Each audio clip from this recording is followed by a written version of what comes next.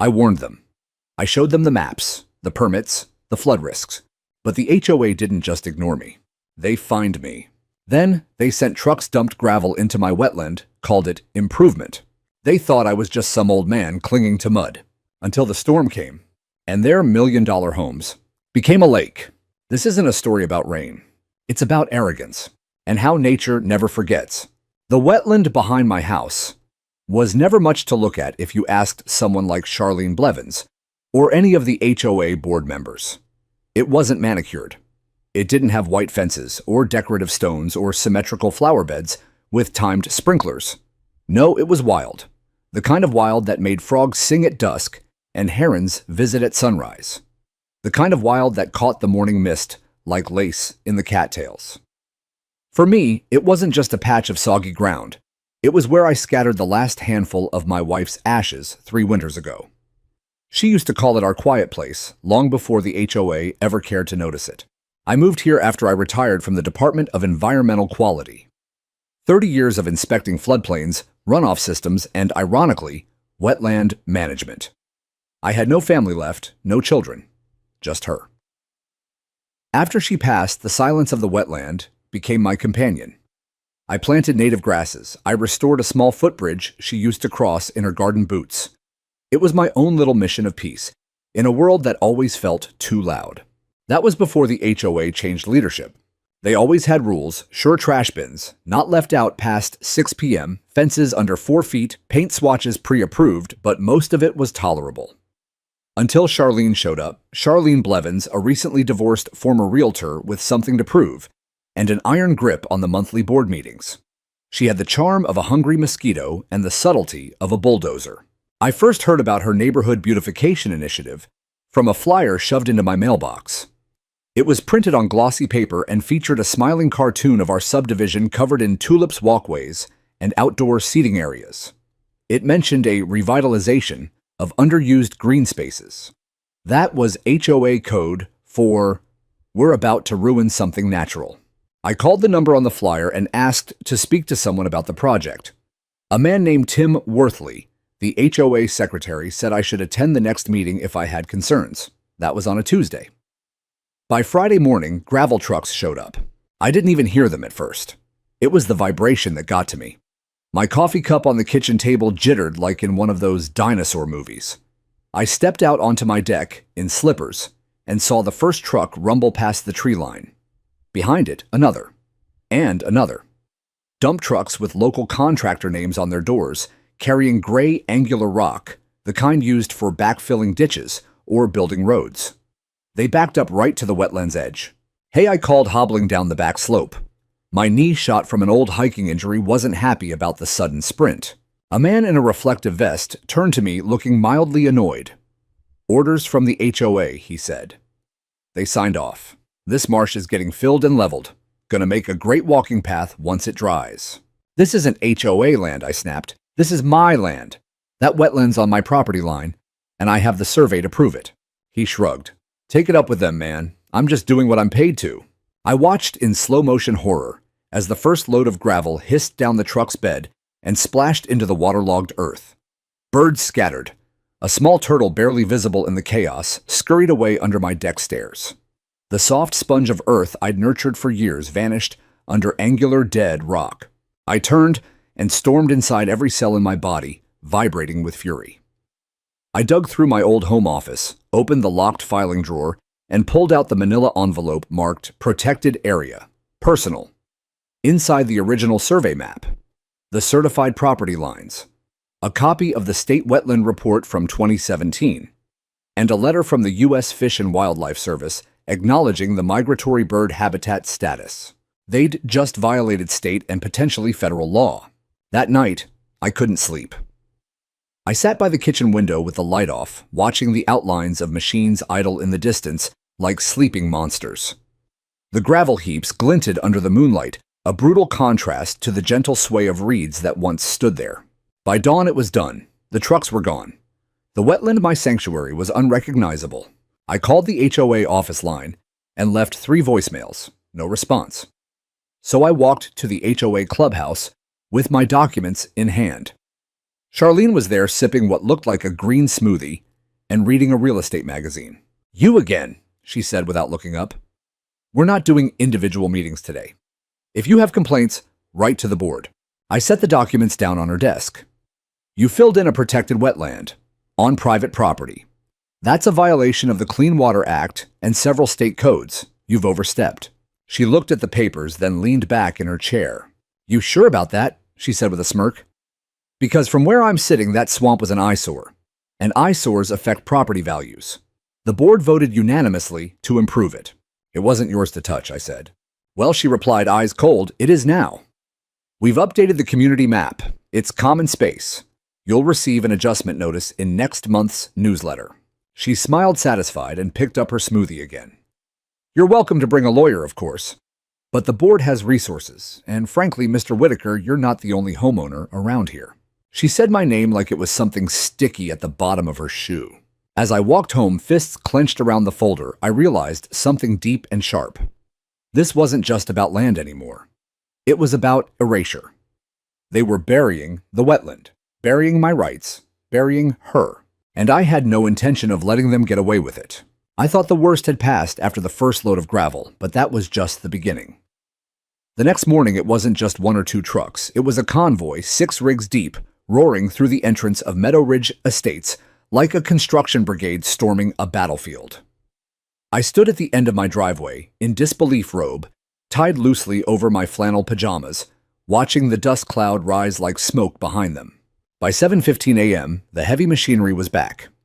A yellow excavator with the name Dry Creek Landworks stenciled on its arm began moving the gravel around like it was frosting a cake smoothing over the wild unevenness of the marsh.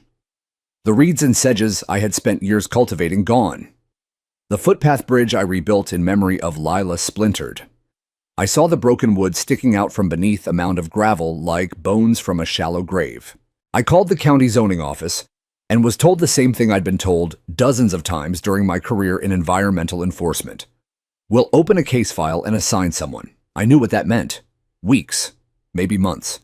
If I wanted immediate action, I'd need to go up the chain. I'd need to dig deep into every contact I had left from my working years. But first, I had to stop the bleeding. I stormed back down toward the gravel pit, my former wetland, and stood between the bulldozer and the next patch of earth it planned to scrape. The operator honked the horn. I didn't move. "You're trespassing," a voice shouted. I turned and saw Tim Worthley, the HOA secretary, jogging down from the clubhouse in his ridiculous salmon-colored polo shirt and clipboard in hand. "This is my land," I snapped. "It's been reclassified as common area," he said, panting. As of last week's vote, the board decided to incorporate it as part of the Phase 2 pathway extension. "Check the minutes." "You don't have jurisdiction over this land," I said. "And you never consulted the assessor's office nor the conservation district. This isn't some empty lot. It's a classified wetland with migratory protections." "That's not what our legal counsel said," he replied with a smug shrug. "You're welcome to file a motion." I nearly laughed. Legal counsel. They probably paid some real estate attorney $300 an hour to rubber stamp Charlene's landscaping fantasy. I pointed to the bulldozer. "Stop it, right now, or I'll call the sheriff." Tim Worthley crossed his arms. "You'll be the one getting cited for obstruction."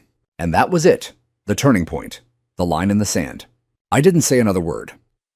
I walked back inside and grabbed my camera, a battered old DSLR, with a telephoto lens Lila had bought me for birdwatching. I filmed every angle: the gravel mounds, the broken bridge, the water displacement, into the drainage easement, the backflow, threatening to seep toward the east property line.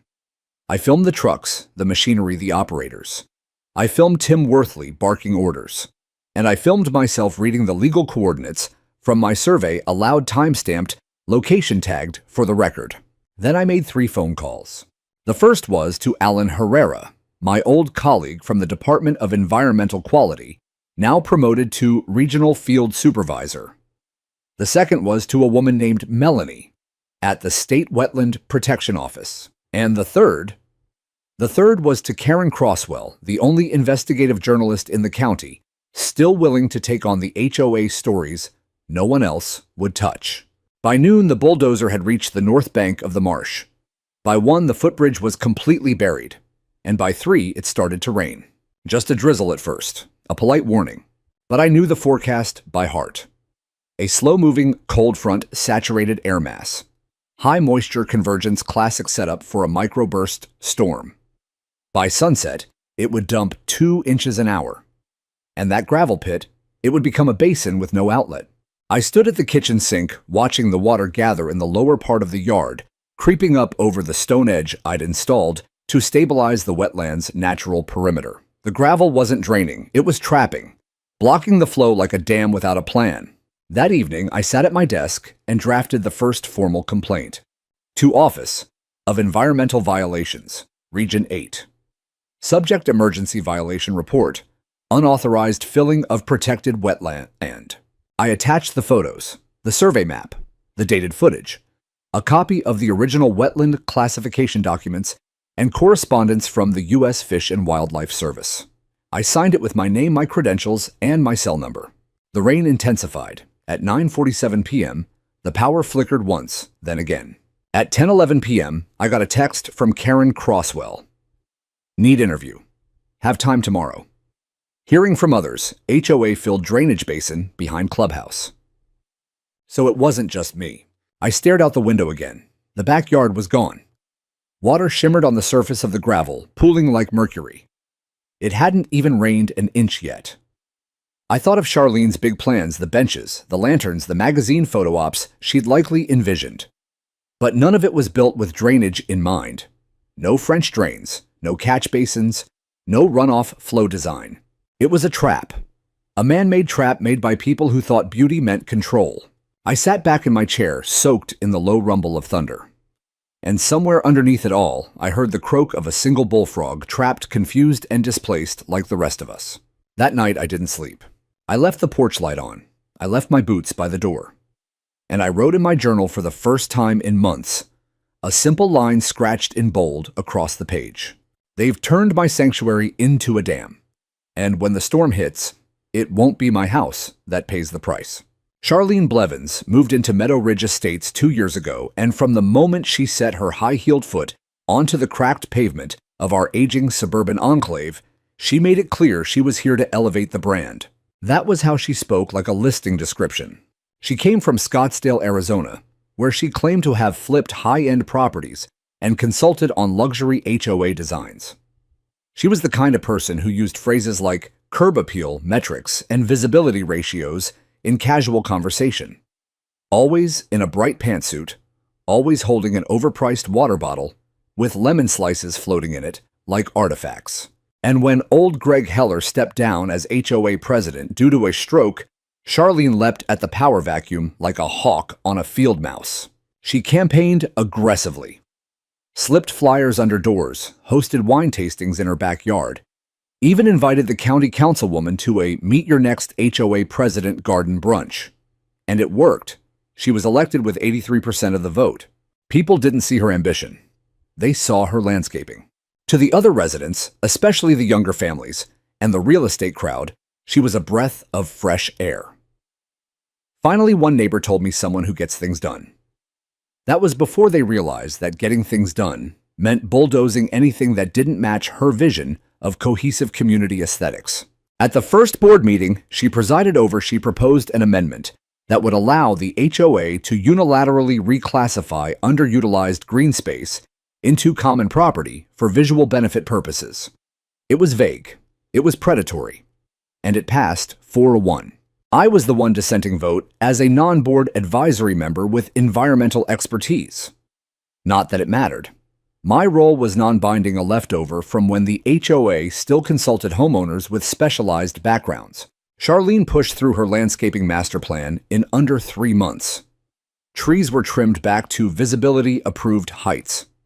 Decorative gravel replaced natural shrub lines. Several residents were fined for excessive lawn irregularity, a made-up term that somehow carried a $150 citation. But the wetland that was her crown jewel. In a meeting transcript I later obtained through the HOA Transparency Clause, Charlene referred to the marsh behind my home as a blight on the neighborhood's visual continuity. She said it was potentially hazardous due to standing water and claimed she had received multiple complaints from residents about the smell. There were no such complaints. I know because I asked. But facts didn't matter. Charlene had a vision board complete with magazine clippings and a mock-up showing my wetland transformed into a reflective wellness garden. There were benches, white stones uplighting. She stood before the board in April, clicked her PowerPoint remote, and declared, "This is the new face of Meadow Ridge. Modern, clean, unified. Our homes are worth 14% less than the ones 3 subdivisions over, and I intend to fix that." No one questioned it. No one challenged her claim about property values. No one asked for an environmental impact study. And when I did, I was accused of being emotionally attached to land that could serve the greater good. She actually said that the greater good, like we were living in some dystopian novel. I tried to argue. I presented the wetlands classification, reminded them that the area functioned as a natural retention basin, critical for stormwater runoff in our subdivision. I showed them the 2017 flood mitigation map that literally labeled the wetland as essential low-lying catchment. Charlene smiled like she was indulging a confused child. "Paul," she said with her patronizing, rehearsed tone, "we all appreciate your passion. But we also have to be realistic. No one wants to look at a swamp. It's hurting the neighborhood's appeal. And let's be honest, you're one man. The rest of us live here too." That stung more than I let on. I did live here. Longer than she had. Longer than most of the people in that room. But to Charlene, I wasn't part of the future she was engineering. I was a relic. An obstacle. A line item in the problems column. The vote to gravel fill the wetland passed unanimously at the next meeting. I wasn't even notified. The next time I saw Charlene was during the storm. She was standing on her front porch in pink rubber boots, holding her cell phone high above her head, like it could shield her from the chaos. Her manicured front yard, once her pride, was now under 6 inches of water. The rain pounded her tulips flat. She didn't look at me when I drove past in my truck that evening. But I saw her glance at the back of my property, toward the gravel where the water was starting to pool. Her expression had none of the smug confidence I'd come to associate with her. No, it was something else entirely. Fear. Because the rain wasn't stopping, and her kingdom of curated lawns and sterilized green space had no drains, no sponge, no outlet. She built a crown on a floodplain, and the water was coming to collect. 3 days before the storm hit, I sent the HOA board a certified letter. Not an email they could claim ended up in spam. Not a phone message they could ignore. A certified letter signed for time-stamped, notarized, and attached with 23 pages of documentation. I laid it all out. A topographic map showing the elevation gradient from the former wetland through the subdivision. A FEMA floodplain overlay proving that the gravel dump had blocked the natural runoff channel. Copies of state and federal wetland registry documents. A copy of the Clean Water Act clause regarding unauthorized fill. My own surveyor's report confirming the HOA had trespassed on my private land. I even included photos I'd taken of previous storms where the wetland absorbed over 12 inches of rainfall without a single drop spilling toward the lower lots. I made it plain this land wasn't some abandoned mud pit. It was infrastructure, natural infrastructure, and they had just destroyed it. I hand-delivered a second copy directly to Tim Worthley, the HOA secretary. He met me in the parking lot of the clubhouse, wearing that same smug expression that had begun to feel like a taunt. "This is for your records," I said, extending the folder. He glanced at the paperwork without reaching for it. "Paul, we've been advised by our counsel not to engage further." "I'm not here to engage," I said. "I'm here to warn you." "That sounds like a threat," he muttered. "No, it's a prediction," I replied. He took the folder with exaggerated reluctance. "We're confident in the board's decision. We had it reviewed." "By who?" A real estate lawyer, I shot back. "This isn't a zoning dispute. You filled a registered wetland with gravel. That's a federal crime." Tim Worthley waved a dismissive hand. "We don't need the dramatics." He turned and walked away, folder under one arm, like it was a pizza menu. I watched him go, my jaw clenched, feeling the old blood pressure spike crawl up the side of my neck.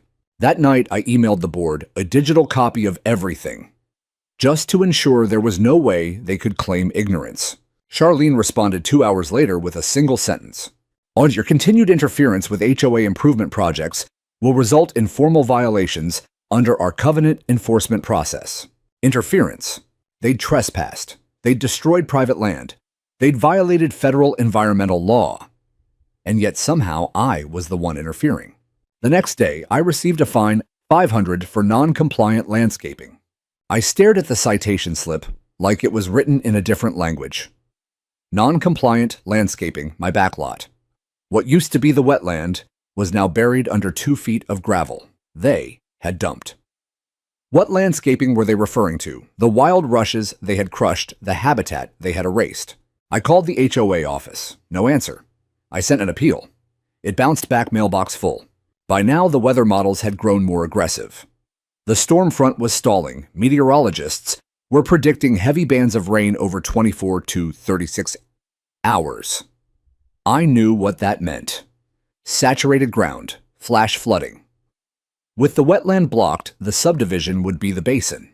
At 4 a.m., I called Alan Herrera, my old colleague at the Department of Environmental Quality. He picked up after 3 rings. "Paul," he said, groggy. "Alan, I need your help," I said. "It's urgent." I explained everything: the illegal fill the property line violation, the storm on the horizon. I told him I'd sent evidence to the board. I told him they ignored it. Find me even. Alan went silent for a long time. Then he said, "Forward me what you have. I'll loop in enforcement. We can't promise immediate action, but if the flood hits and there's measurable damage..." "There will be damage," I said. "I promise you that." I sent him the full digital package. 15 minutes later, I got an email confirmation. Subject received. Urgent wetland violation report. Region 8. That same afternoon, I got a knock on the door. A courier. Another fine. This time, $1,000 for publicly disparaging the HOA and false legal threats. A handwritten note in the margin said, "Continued hostility will result in formal legal action against you, Mr. Whitaker. You are in violation of Article 6, Section 4B, Community Harmony Clause." Community harmony. They were using harmony as a weapon now. I sat down at the kitchen table, opened the fine, and laughed out loud. A bitter, rasping laugh. They were accusing me of damaging community spirit when they had just converted an ecosystem into a parking lot with no exit drain. That night, I sat on the back deck as the first sprinkles began tapping the railing. The sky was low gray and full. The air smelled like wet concrete. The wind was picking up. A familiar croak echoed across the yard. A frog, one of the last. I followed the sound and found him sitting on a chunk of gravel, confused, surrounded by what used to be marsh. He looked up at me like we were both witnessing the same funeral. I leaned down and whispered, "Hang tight, buddy. The water's coming, just not how you remember it." Because despite all the letters, all the proof, all the warnings, I knew they wouldn't stop. And now there was only one thing left to do. Let the rain come. It started around midnight.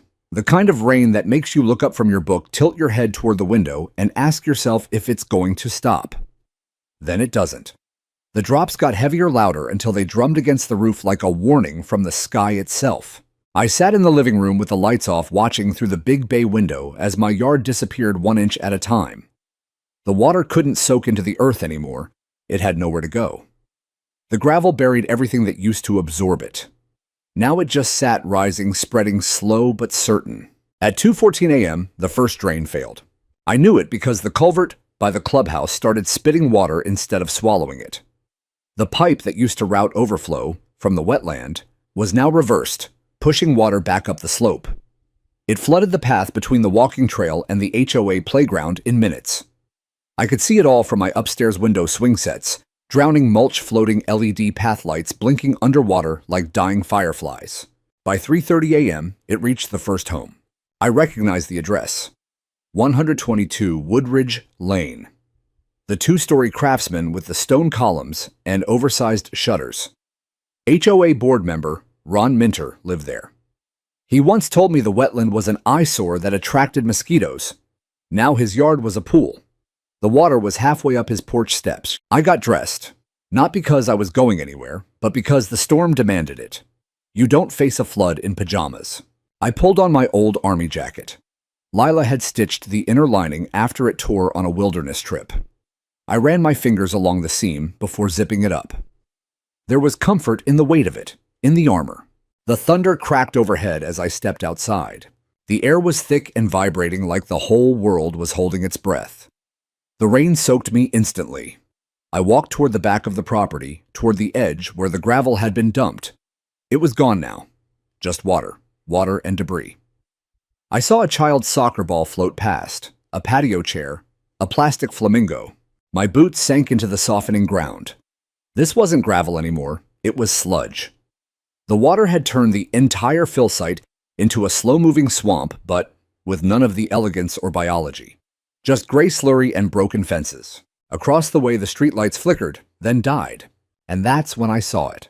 A wall of water, maybe 2 feet high, surged down the neighborhood's main road, rolling like a slow tsunami, carrying mulch garbage bins and someone's garden gnome. It hit the base of Charlene's lawn like a wave hitting a beach. Her white stone landscaping, meticulously arranged, crumbled under the pressure. The topiary hedges flattened. Her motion-activated porch lights blinked once, twice, then went dark. She came out seconds later barefoot, holding a flashlight in one hand and her phone in the other, wearing some kind of silk robe that immediately clung to her skin. She was yelling at someone, maybe her assistant, maybe 911. She pointed toward the water like she could command it to stop. But water doesn't listen to HOA presidents. It flows where it must. By 4:00 a.m., the entire southern bend of Meadow Ridge was underwater. The retention pond the HOA had installed 3 years ago, useless. It overflowed in 30 minutes. The gravel path they poured into my wetland had dammed up the natural flow. The water had turned circled and looked for a new way out. That way was through their homes. Cars floated. Garages filled. Basements collapsed under hydrostatic pressure. I heard the crack of drywall buckling and the splintering of wooden beams. Dogs barked from inside closed houses. Sirens started wailing in the distance, but they couldn't reach us. The roads were gone. And still it rained. I stayed on the porch with my floodlight and emergency radio. I broadcasted a loop message on the neighborhood frequency, something I'd kept from my Army days. And this is Paul Whitaker at 118 Marshview. Floodwaters rising. North side higher ground. Use foot access only. Do not drive. Repeat, do not drive. A few neighbors heard me. I saw them wading through chest-high water toward the hill near the old tennis court. Some of them carried pets. One woman had a baby in a plastic tub. By 5:20 a.m., I saw Charlene again. She was on the clubhouse roof. Somehow she'd made it there. Her phone was dead. Her face pale. Her robe clung to her like seaweed. She was waving her arms at no one. Just the storm. The rain. The consequence. I could have laughed. Could have screamed, "I told you so," into the wind. But I didn't. I just watched. At 6:03 a.m., the rain slowed. A break in the bands. And what it revealed was devastation. 26 homes flooded. 4 uninhabitable. 2 cars overturned. Dozens of HVAC units drowned. The HOA's brand new irrigation control center, a $12,000 project, completely submerged. And right in the middle of it all, the gravel. A dam of their own making. Not engineered, not drained, not tested, just dumped, compacted, and called progress. I walked back inside dripping, exhausted, furious. The frogs had stopped singing. The birds were gone. The wetland, what was left of it, had become a graveyard of flooded dreams and HOA hubris. But I was still standing. And I still had everything they didn't. Proof. It was just after sunrise when the knocks came. Not polite taps, not a doorbell. Knocking. Sharp, urgent, relentless. I was halfway through changing into dry clothes when it started echoing through the house like a fire alarm made of fists. I limped downstairs, soaked in muscle aches and adrenaline. The front porch camera had cut out hours ago, storm damage probably, so I opened the door blind. Charlene stood there, soaked to the bone mud, smeared across one cheek, her mascara bleeding like war paint. Her silk robe was gone. She wore a pair of joggers, a neon HOA windbreaker, and waterlogged sneakers that squelched when she shifted her weight. Behind her, the neighborhood was a swamp. Cars half submerged, lawns shredded. The street looked like a canal. A trash bin floated past behind her like punctuation. "Paul," she gasped, voice trembling. "We need your help." She didn't look like a president anymore. I didn't say a word, just stood there in the doorway waiting. "The clubhouse is underwater," she continued, wringing her hands like it would make the flood recede. "The pumps, our whole system, it's failed. The retention pond overflowed, and now the water's not draining. It's just stuck." "No runoff?" I asked flatly. She shook her head. "Blocked. Everything's blocked." I tilted my head. Maybe it's the giant pile of gravel someone dumped into the wetland basin. Her face twitched. Paul, I didn't realize it wasn't supposed to. Her voice broke. We thought it would help stabilize the area. You didn't realize I snapped the words coming harder now, sharper. You mean you ignored everything I sent you? The maps, the legal surveys, the floodplain overlays, the wetland classifications. You dismissed them as emotional blackmail. Charlene, you fined me for trying to stop this. I know, she whispered, her voice barely audible over the soft roar of standing water just beyond the steps. And I'm sorry. But please, you know this stuff better than anyone. We need to drain it. We need to stop it from getting worse. I studied her, really studied her. Her eyes darted from my face to the flood behind her and back again. She wasn't asking for help because she understood the damage she'd done. She was asking for help because it had finally touched her. Her house was flooded, her status crumbling. And now suddenly my expertise mattered. I leaned against the doorframe and folded my arms. You want my help now? I asked. She nodded. Yes, please, just tell us what to do. Well, I said slowly, first thing you need to do is step back from my porch. Her eyes widened. What? You're trespassing, I said. Her mouth opened and closed like a gasping fish. I'm not your emergency flood consultant, Charlene. I'm the homeowner you buried. You didn't just fill my wetland, you erased it. You bulldozed over it, fined me for objecting, then publicly accused me of threatening the community's harmony. And now you want my help. I made a mistake, she whispered. No, I said. You made a decision. A deliberate, well-funded, board-approved, legally documented decision. You called it beautification. And now your neighborhood is drowning in it. She looked like she might cry, but no tears came. Just exhaustion, humiliation. Behind her, HOA board members began gathering. I saw Tim Worthley, clipboard, gone, replaced by a panicked expression. Ron Minter trudged up from the road in waders, his front yard completely lost beneath brown water. A small group of residents followed, some carrying buckets, others clinging to hope like debris. I stepped out onto the porch and let the screen door slam behind me. You know what I did last night? I asked them, raising my voice just enough to carry over the wind and the hum of flooding chaos. I filed an emergency report with the Department of Environmental Quality. I submitted a full violation package, videos, photos, property line, surveys. They're already investigating. A murmur swept the group. Some of them exchanged glances. Tim Worthley's lips moved in what looked like a silent curse. You broke state law, I continued. You may have violated federal protections under the Clean Water Act. You conducted construction without permits. You filled a functioning flood basin, and you did it all after I warned you. Charlene's hands trembled. We didn't mean. You meant exactly what you did, I said, cutting her off. You wanted to erase what didn't fit your brochure. But you didn't understand that nature isn't decorative. You can't just gravel over a problem and call it solved. Tim Worthley stepped forward. Is there any way we can fix it? Patch a trench, divert the water. I took a breath. Not with shovels and buckets, I said. You'll need excavation equipment, civil engineers, a state-approved environmental remediation plan, and you'll need permits, lots of them. He rubbed his temples. Charlene, I said, turning back to her, you still think it was just a swamp? She didn't answer, just stared at the water lapping at the street curb, at the submerged mailboxes, the flower beds turned to soup. Let me be clear, I said, voice low now. I will not be helping you fix this, not because I can't, but because you didn't listen. And now maybe it's time someone else held the bucket.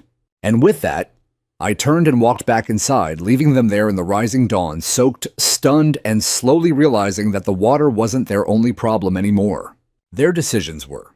By the afternoon of the second day, the floodwaters had started to recede, but the damage was undeniable. Streets looked like they'd been dragged through a mudslide. Cars were half buried in silt. Lawns had become lagoons of mulch, shredded turf, and broken HOA pathway lights. And still, the silence from the boardroom was louder than anything. That is until the government trucks showed up. 2 white SUVs rolled through the main gate of Meadow Ridge Estates, slow and deliberate. The logos on the doors were unmistakable. State Department of Environmental Quality, Region 8. Behind them came a third vehicle, a black pickup with emergency lights on its grille. 2 inspectors stepped out in boots that actually fit this kind of mess. One of them was Alan Herrera. He hadn't changed much since we last worked together. Still wore the same weathered tan field jacket, the same clipboard lanyard, the same look of calm competence. When he saw me standing in the doorway, he raised a hand. It wasn't a wave, it was a signal. The kind that said, "We're here, and we're not playing around." They didn't start at my property. They started at the clubhouse. Charlene met them in a borrowed raincoat flanked by Tim Worthley and Ron Minter and 2 other board members I hadn't seen take initiative once in the past year. She tried to smile, tried to play gracious host. Alan didn't even break stride. "This the area in question?" he asked flatly. Charlene nodded quickly. "Yes, we had a landscaping improvement project." He cut her off with a raised finger. "Don't explain anything yet. We're here to observe and document. You'll have a chance to make a statement. Right now, I need to see where the fill was placed." They led him around the back of the clubhouse toward what had once been the edge of the wetland, now just a shallow lake peppered with driftwood and shards of decorative gravel. Alan took photos, measurements, soil samples. He dropped a marker flag every 6 feet along what used to be the natural drainage channel. His colleague, a younger woman named Dana, flew a drone overhead. It buzzed high above the waterlogged rooftops, mapping the flood contours with precision. Within an hour, they had created a topographical model of the neighborhood using real-time satellite overlays and archived elevation data. I watched from my front porch as they held a tablet in the air and pointed out something that made my stomach twist with validation. "This is where the water should have gone?" Dana said, tapping the screen. "This area right here, what used to be a retention-grade wetland, was absorbing runoff from the entire northern slope of the subdivision." She drew a red circle over the gravel pit. "Now it's a wall." Charlene cleared her throat. "That was, part of the beautification initiative. We were told it would help control erosion." "You were told by who?" Alan asked. She blinked. "Our landscape contractor, Dry Creek Landworks." Alan wrote something on his clipboard. "Did you conduct a hydrological study prior to the fill?" Charlene hesitated. "We had a visual survey." "That's a no," Alan said. "Any wetland classification documentation reviewed before work began." Tim Worthley chimed in. "We were told it was just a low spot. There was no standing water when we did the walkthrough in February. It's a seasonal wetland," I called out from my porch loud enough for the whole block to hear. "The marsh fills in winter and drains by spring. It's protected under the state's Transitional Habitat Clause." Alan didn't look back, but I saw the corner of his mouth twitch almost a smirk. By mid-afternoon, the investigation was officially underway. Yellow markers dotted the neighborhood like crime scene flags. Several residents began coming out snapping their own photos, murmuring to each other. A few even came to speak to me quietly, nervously. They apologized, said they didn't know, that they believed Charlene, that they didn't realize the gravel fill was illegal. I didn't offer comfort, not yet. The HOA board was summoned to the clubhouse at 4:00 p.m. Alan and Dana set up shop at a folding table with laptops and printed elevation maps. I wasn't invited. But as a homeowner and the original complainant, I had a right to submit evidence. I brought the whole damn binder.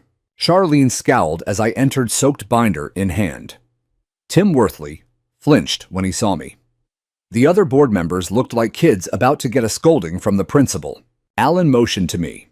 "Mr. Whitaker, please join us. Your documentation will form part of the formal investigation." I opened the binder and began to speak not in anger, not with righteous fury, but with precision. I presented property lines, highlighted the boundaries of the designated wetland, showed the permit codes and their absence, played drone footage from before the gravel was dumped, explained how the water flow had been choked off, pointed out that their own irrigation system had been built based on the original natural drainage routes. Every sentence was backed by law, by science, by evidence. I ended with the flood damage estimates I'd already collected from 4 affected homeowners, some of whom had just joined a class action interest group. When I was done, Alan stood. Based on preliminary findings, he said it appears the HOA conducted unauthorized fill on protected land, failed to obtain permits, and altered a critical flood mitigation system leading to measurable downstream damage. Charlene opened her mouth to speak, but Alan raised a hand again. "There will be a formal enforcement notice issued to the HOA. You'll be contacted for a hearing with the Environmental Remediation Board. I recommend legal counsel." Tim Worthley looked like he'd just been punched in the chest. Then Dana spoke. "The satellite images confirm the change in terrain profile, and the post-storm flood path aligns exactly with the fill zone's obstruction. We have cause to initiate civil penalty proceedings. The room went quiet, and in that silence I exhaled slow and deep. Not in victory, not yet, but in knowing that finally someone else saw what I had been shouting into the void for months. They weren't just HOA mistakes anymore. They were violations, and now they had to answer for them. The hearing was set for the following Thursday, held at the County Administrative Building downtown. A large brick structure with flickering fluorescent lights and tile floors that hadn't been waxed since the Bush administration. There were rows of cold metal chairs arranged in tight lines, 2 folding tables for the county's Environmental Remediation Board, 1 long microphone in the center aisle, and a growing audience of residents from Meadow Ridge Estates, more than I expected. Many looked shaken, some looked angry, others simply looked tired. I sat near the back binder in hand, watching the board members trickle in. 3 men and 2 women, all in pressed suits, all with notepads and name placards. They took their seats with bureaucratic stiffness, but I knew the gravity behind those blank faces. I'd spent 3 decades in rooms like this. This wasn't a formality. This was the fuse. The board chair, a firm-jawed man named Robert Klein, called the hearing to order at 9:02 a.m. We are convened today to review Case 23-408, in which the Meadow Ridge Estates Homeowners Association is alleged to have unlawfully altered a state-classified wetland, resulting in property damage, ecological disruption, and potential violation of federal law. This hearing is public record. Let the statements begin. Charlene stood first. Her hair was tied back, no makeup. Her tone was rehearsed but fraying at the edges. We were under the impression the land in question was unmanaged and unzoned for conservation. The HOA believed the gravel would provide stabilization and improve visual quality. We regret the impact caused by the storm, but the flooding was a natural disaster, and we feel it would be unfair to assign blame. Did the HOA acquire a wetland delineation study prior to action? Mr. Klein interrupted. Charlene hesitated. No, but did you contact the State Environmental Office before initiating site alteration? No, she admitted. We relied on external contractors. Contractors do not override state jurisdiction, Ms. Blevins. A low murmur spread through the room. One of the board members, a woman named Shelley from the eastern slope of the neighborhood, stood next. She had been silent during all prior meetings, but now she turned toward the crowd with a trembling voice. I voted for the fill, she said, eyes darting toward Charlene. I was told it was safe. I didn't understand the risks. I was never shown any environmental reports or maps. Charlene's lips went thin. That's when Mr. Klein turned to me. Mr. Whitaker, you filed the original complaint and submitted extensive documentation. Would you care to address the board? I rose slowly, gripping my binder. As I walked down the aisle, a few people nodded. Some even patted my shoulder. Others looked away in shame. I stepped to the mic, cleared my throat, and began. My name is Paul Whitaker. I'm a retired senior inspector from the Department of Environmental Quality. I've lived in Meadow Ridge Estates for 14 years. I own the property where the wetland once stood. It wasn't just some backyard bog, it was a protected flood mitigation system. I held up a photo of the wetland from 3 years ago, lush green, teeming with reeds and migratory birds. This land absorbed runoff from the northern ridgeline. It held groundwater during heavy storms. It fed local wildlife and served as a natural filter. I warned the board repeatedly. I submitted property surveys, topographical overlays, flood zone maps, and legal protections under the Clean Water Act. I clicked my remote and projected a slide behind me. Drone footage showed the wetland in 2022, and then again graveled over in 2024. They filled it, without permits, without notice, without consequence, and then fined me for trying to stop them. A sharp intake of breath came from someone in the front row. I moved to the next slide, satellite flood maps from the night of the storm. Red zones, water surge levels, street by street, devastation. Over 70% of the floodwater had moved directly through the area formerly held by the wetland. This wasn't a freak storm. It was a redirected river, engineered by ignorance. My voice cracked, but I didn't stop. 4 homes are uninhabitable. Insurance is denying claims because the cause wasn't natural, it was structural. The HOA created the blockage. The HOA turned a basin into a bowl, and the rest of us drowned in it. When I finished, the room was dead silent. Then slowly, a woman in the third row stood up. Her name was Maria Alvarez. Her basement had been destroyed in the flood. I was never told the land was protected, she said. We trusted the board. We thought they knew what they were doing. Her voice began to tremble. We lost everything. Photos, furniture, my son's school laptop, and we were fined afterwards for not cleaning our porch in time. She turned to Charlene. How could you do this to us? Another voice joined, then another. One man held up a piece of drywall covered in black mold from his child's bedroom. Someone else waved their HOA fine letter like a flag of betrayal. The hearing spiraled into something raw and real. Community grief, collective rage, the kind that bureaucracies don't plan for. Robert Klein had to gavel the room twice before things quieted again. We've heard enough, he said. Based on the presented evidence and the testimony of impacted residents, we are recommending the following immediate actions. He read from a prepared document, but every word hit like thunder. A formal citation against the HOA for unauthorized environmental alteration.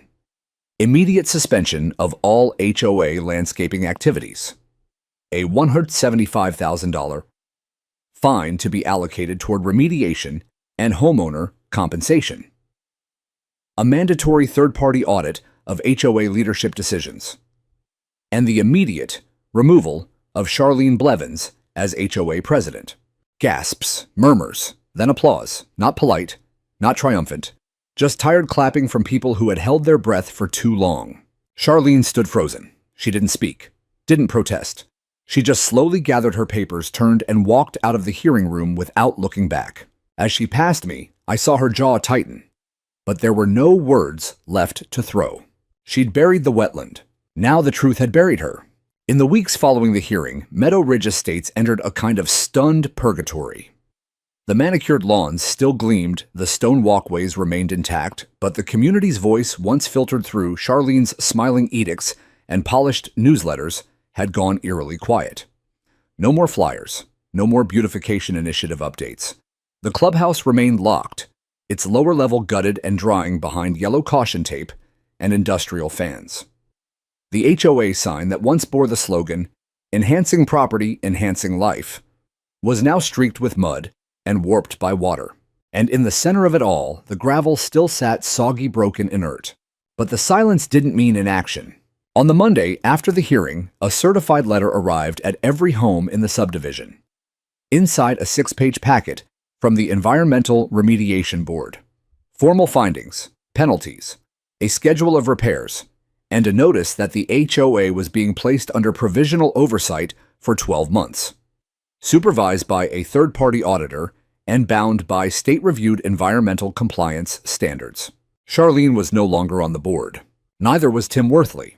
In their place, interim directors were appointed by the oversight panel, including Shelley, the soft-spoken board member who had voted yes out of ignorance and later testified against Charlene. She knocked on my door a few days later, holding a clipboard and a nervous smile. "Mr. Whitaker," she said, her voice fragile. "I know I'm probably the last person you want to hear from right now, but the new board is trying to make things right, and I was hoping you'd consider helping." I didn't answer right away. She went on.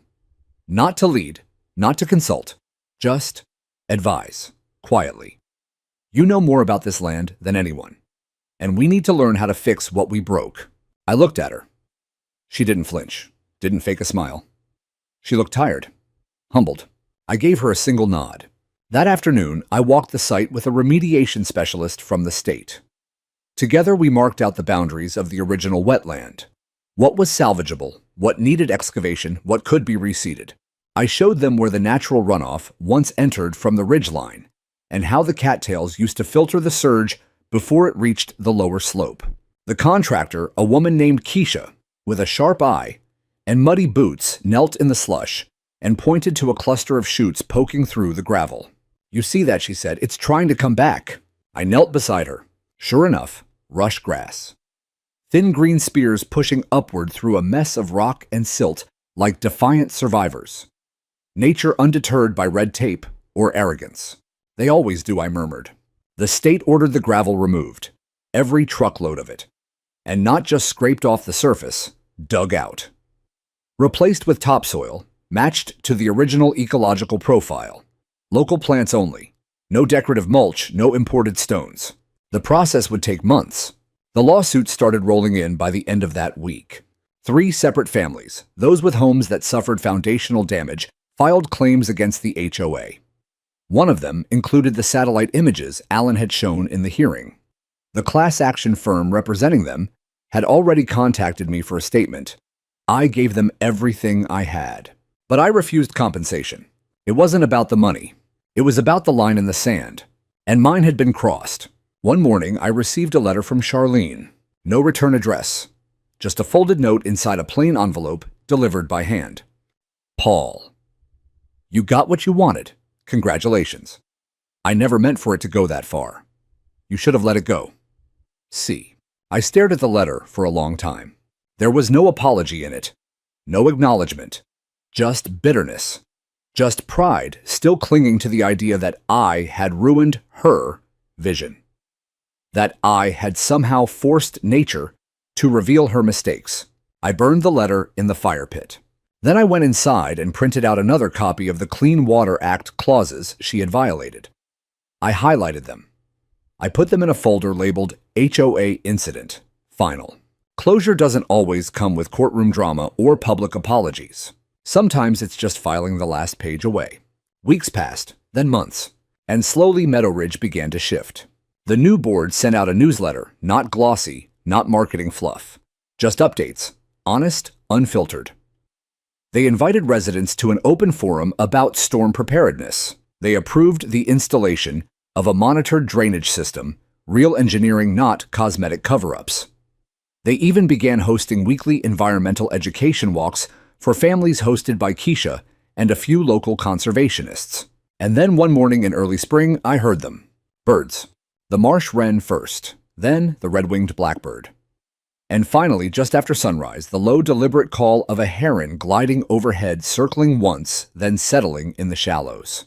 I stood at the edge of the wetland, still recovering, still raw, and watched it land on a fallen branch. It tilted its head toward me, still dignified, as if to say, "We remember." For the first time in over a year, I stepped onto the footpath.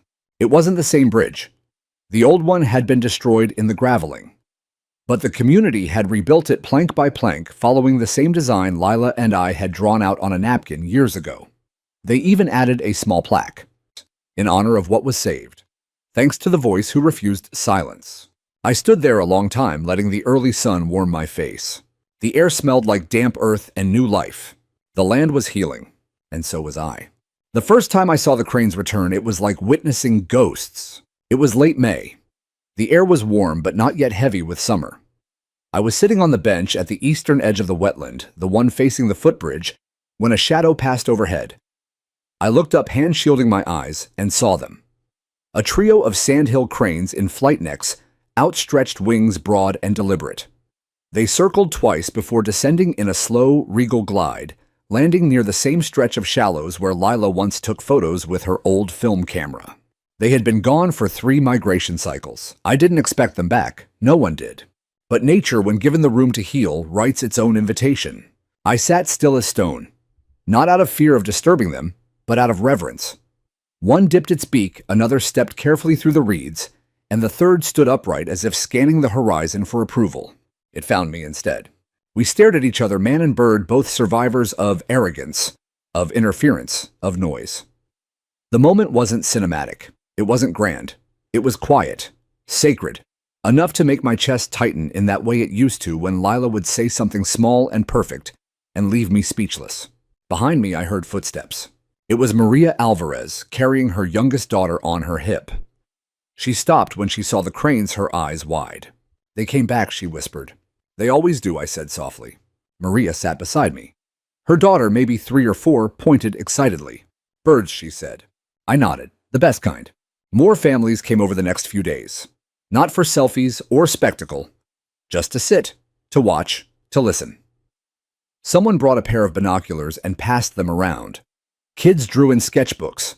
One boy sat cross-legged with a wildlife field guide, trying to identify each call. The wetland had become something else now, not just protected but understood. Not just tolerated but defended. There was talk of renaming the area. Someone suggested Whitaker Preserve. I declined. This wasn't about legacy. It was about continuity, about making sure the next person who tried to gravel over something sacred would meet a wall of informed resistance, not just a single homeowner with a binder.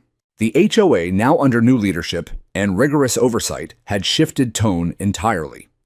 They hosted a community restoration day. No PR stunts, no photo ops. Just neighbors with gloves and shovels and compost.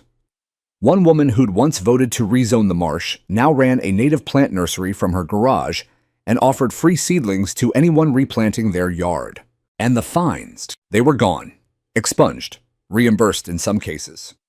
The board even issued a formal public apology read aloud during a neighborhood gathering under string lights and folding chairs. I didn't attend. I didn't need to. Justice had already spoken. One evening, I walked the edge of the wetland with Keisha, the state remediation contractor. The last of the gravel had been cleared 2 weeks prior.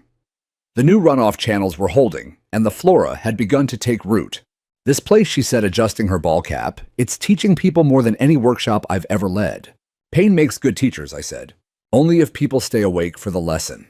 I looked out over the water. The sun was setting behind the western slope, turning the surface copper and glass.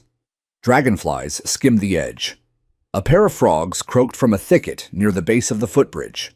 And for the first time in over a year, the place felt alive again. I thought of Lila, of the first time we walked this property, of her boots sinking into the marsh laughing as she held her camera like it was made of crystal. This isn't just land, she'd said. It's story. I finally understood what she meant. This wasn't just about dirt or birds or drainage. It was about defending the parts of the world that couldn't defend themselves. It was about remembering that not all value is visible. That sometimes the most powerful thing you can do is refuse to be quiet. In the end, it wasn't lawsuits or inspectors or fines that restored the wetland. It was a voice that stood when it was easier to sit, that shouted when the world insisted on silence, that pointed over and over to a line in the earth and said, "This matters." So I sat there under a sky that had cleared of its rage, and I whispered a thank you to the cranes, to the marsh, to Lila, to the storm, and to myself, for not giving up, for letting the truth rise even when the water did. And as the sun vanished behind the tree line and the frogs began their nightly chorus, I finally stood lighter than I had in years, and walked the long way home through a neighborhood that for the first time in a long time knew what it stood on, and maybe what it stood for.